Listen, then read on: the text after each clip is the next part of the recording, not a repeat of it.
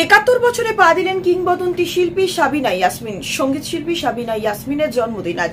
৭০ পেরিয়ে ৭১ বসন্তে পা দিয়েছেন তিনি। বিশেষ এই দিনে দেশের মানুষ ও অনুরাগীদের কাছে দোয়া চেয়েছেন এই শিল্পী। জন্মদিন উপলক্ষে গণমাধ্যমকে দেওয়া এক সাক্ষাৎকারে সাবিনা ইয়াসমিন বলেন, এবারের জন্মদিনে বিশেষ কোনো পরিকল্পনা তার নেই এবং তিনি বাসাতেই সবসময় কাটাবেন। সাবিনা ইয়াসমিন ১৯৬২ সালে নতুন সুর চলচ্চিত্রে শিশু কণ্ঠশিল্পী হিসেবে গানের মাধ্যমে যাত্রা শুরু করেন। ১৯৬৭ সালে আগুন নিয়ে খেলা ছবিতে প্লেব্যাক শিল্পী হিসাবে আত্মপ্রকাশের পর তিনি সঙ্গীতের জগতে অসংখ্য জনপ্রিয় গান উপহার দেন। তার উল্লেখযোগ্য গানের মধ্যে রয়েছে শুধু গান গেয়ে পরিচয়, জন্ম থেকে জ্বলছি মাগো, আমি রজনীগন্ধা, ফুলের মতন বিলিয়ে যাই এবং বর্ষার প্রথম দিনে। দেশাত্মবোধক গানেও তার অবদান সাধারণ। জন্ম আমার ধন্য হলো মাগো ও আমার বাংলা মা এবং একটি বাংলাদেশ তুমি জাগ্রত জনতা, এর মতন গানগুলো জাতির হৃদয়ে গভীরভাবে প্রথিত। সাবিনা ইয়াসমিনের গাওয়া গানের সংখ্যা কয়েক হাজার। তিনি ২১ পদক, স্বাধীনতা পুরস্কার, জাতীয় চলচ্চিত্র পুরস্কার, ১৪ বার RTV স্টার অ্যাওয়ার্ড, ২০১৮ আজীবন সম্মাননা সহ অসংখ্য পদক সম্মাননায় ভূষিত হয়েছেন।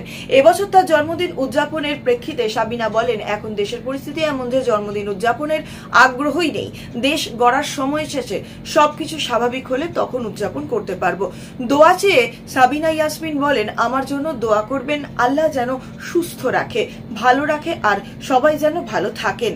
তিনি আরো বলেন, জন্মদিন এলেই তার মা বাবা এবং বোনদের তিনি খুব মিস করেন, কিন্তু সকলের ভালোবাসায় সেই কষ্ট বেশ কিছুটা লাঘব হয়। সঙ্গীত পরিবারে জন্ম নেওয়া সাবিনা ইয়াসমিনের বাবা লুৎফর রহমান ছিলেন সরকারি চাকরিজীবী ও রবীন্দ্রসঙ্গীত গায়ক। মা মৌনদা খাতুন শাস্ত্রীয় সঙ্গীতে প্রশিক্ষণপ্রাপ্ত। মাত্র ৭ বছর বয়সে মঞ্চে গান গাওয়ার মাধ্যমে সঙ্গীতের জগতে তিনি প্রবেশ করেন। এদিকে জনপ্রিয় সঙ্গীত শিল্পী কনক চাপা বিএনপিতে ছিলেন বলেই এতদিন তাকে গান করতে দেওয়া হয়নি। ৯০ দশকের প্লেব্যাকে দাপিয়ে বেড়ান তিনি। অর্জন করেছেন জাতীয় চলচ্চিত্র পুরস্কার। তবে গত কয়েক বছর তিনি বাংলাদেশ টেলিভিশন, বেতার থেকে শুরু করে রাষ্ট্রীয় সব প্রোগ্রাম থেকে বঞ্চিত হয়েছেন। এমনকি সারা দেশে স্টেজ প্রোগ্রামও করতে দেওয়া হয়নি তাকে। এইসব বিষয়েও সমসাময়িক নানান বিষয়ে কথা বলেছেন তিনি। বৈষম্য বিরোধী ছাত্র জনতার আন্দোলনে দেশে এখন নতুন সরকার নিয়ে এই শিল্পী বলেন, এমন একটা সময়ের জন্য দেশের মানুষ দীর্ঘদিন ধরে অপেক্ষা করছিল। অবশেষে মানুষের অপেক্ষার অবসান ঘটেছে। দেশে এখন নতুন সরকার। আমি মনে করি আমাদের যেখানে যেখানে সমস্যা রয়েছে সেগুলোতে সুন্দর একটা পরিবর্তন আসবে। আমাদের নতুন প্রজন্ম সুন্দর একটা বাংলাদেশ দেখার জন্য অপেক্ষারত, এই আন্দোলন করছে তারা সেই কারণে। আমি বিশ্বাস করি আমরা সুন্দর একটা দেশ পেতে চলেছি। তিনি আরো বলেন, আমার একটাই চাওয়া, মিথ্যাচারযুক্ত বাংলাদেশ। সব পাপের শুরু মিথ্যে দিয়েই হয়।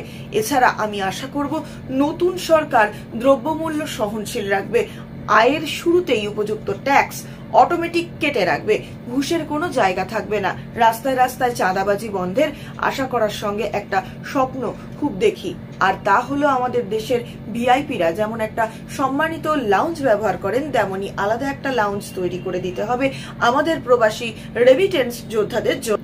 আমি আরো চাই সুবিধা বঞ্চিত শিশু, সংখ্যালঘু, উপজাতি শব্দগুলো আমাদের অভিধান থেকে ভাষা প্রয়োগিক দিক থেকে একেবারেই উঠে যাক।